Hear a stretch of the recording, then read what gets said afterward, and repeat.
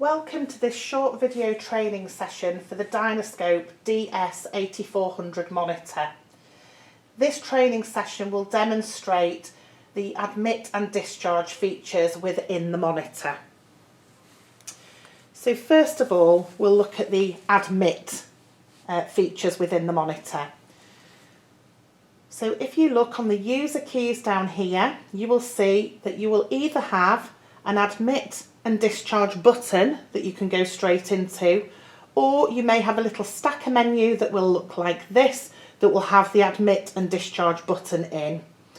So if we press on the admit discharge button, it will bring up our admit and discharge menu, and on here it will allow me to set my class of patient, so whether it's an adult, a child or a neonate.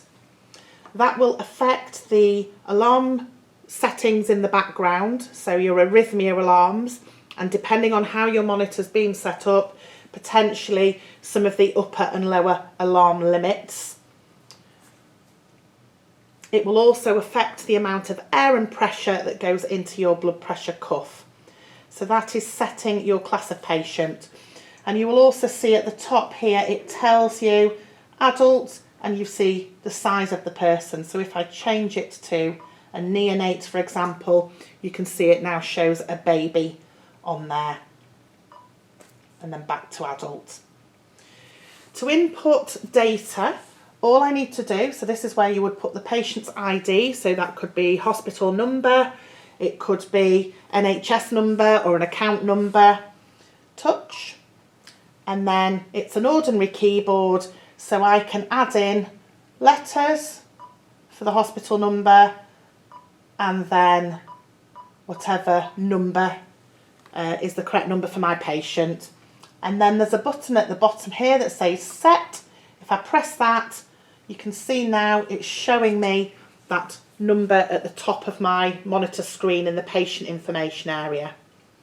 If I want to put a patient name in, again it's an ordinary keyboard, so I can now add my patient's name in here.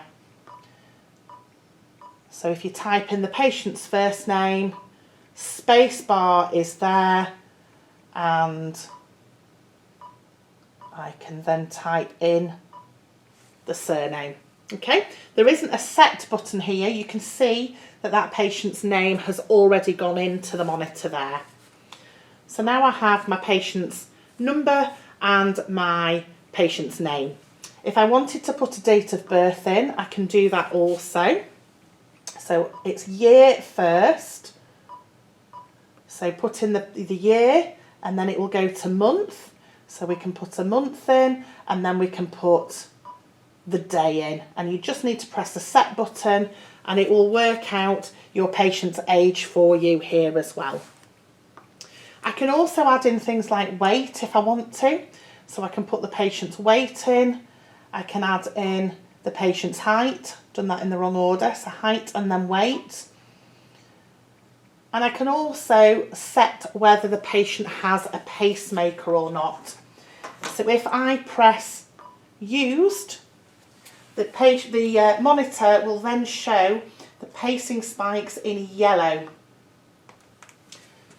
on the ECG there. So you can see there that we've got those pacing spikes showing in yellow because I have activated the pacemaker button and said yes, they have one, we are using a pacemaker.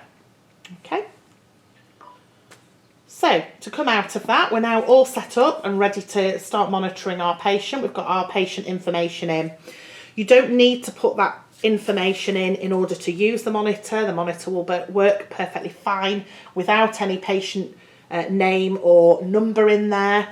However, if you are going to print anything, it's a good idea to have some sort of patient identifier on those printouts. The other ways that I can get to that admit and discharge menu is going via the menu. So hit the menu button here, and you can see there we've got admit discharge, and that will bring up exactly the same menu for me there. And the other way that I can access that is by touching the top there, the patient details area, and again it will bring up that admit discharge menu for me there. You may also notice that we have two other buttons on this menu. So one is monitor suspend. I'll show you what that does. So that will temporarily suspend the patient monitoring. So useful if you're going off to scan or x-ray or transferring somewhere within the hospital. It will save all the data that's already in the monitor. It will stop it alarming whilst you're away from the bed space or not using the monitor. So no data gets lost. When you're ready to start using it again, just press resume and you're straight back into your monitoring.